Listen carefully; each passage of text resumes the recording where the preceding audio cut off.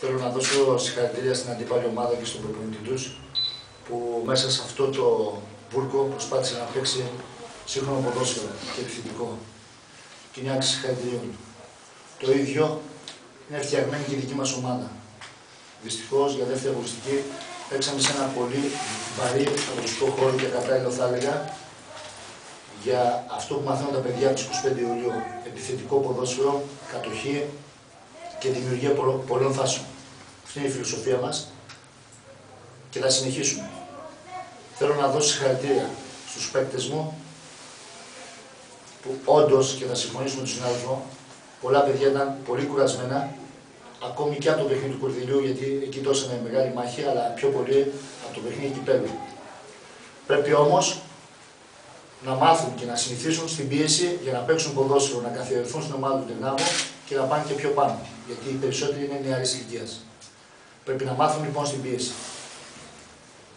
Όντως, συμφωνώ απόλυτα σε όσα είπε ο συνάδελφος. Στο πρώτο ημίχρονο και ειδικά στο πρώτο 20 λεπτό ήταν αυτός ο Δυνάμος που εγώ ξέρω και προσπάθησε, έκανε τον γκολ, όντως από αδράνεια. Τα γκολ όμως, αν δεν γίνουν λάθη, δεν παίρνουν. Στη συνέχεια είχαμε ευκαιρίες, δύο αν θυμάμαι καλά, καλές ευκαιρίες και κάποιες άλλες προϋποθέσεις για γκολ. Από εκεί και πέρα γνωρίζαμε ότι στο δεύτερο ημίχρονο θα μας βγει η κούραση και προσπαθήσαμε πιο πολύ να διαχειριστούμε το 1-0.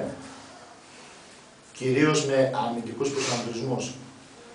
Η ομάδα δεν είναι φτιαγμένη να παίζει έτσι, αλλά εφόσον οι συνθήκες είναι τέτοιες, πρέπει να μάθουν αυτά τα παιδιά ότι πρέπει να παίζουν και έτσι.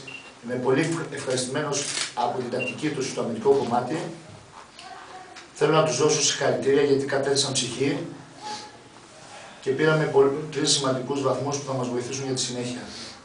Θέλω να ευχηθώ στην ομάδα της Ακίνθου και στον προπονητή να συνεχίσει να διδάσκει και να παίζει τέτοιο ποδόσφαιρο.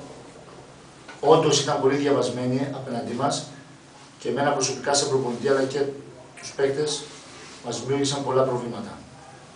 Ευχαριστώ. Εντάξει.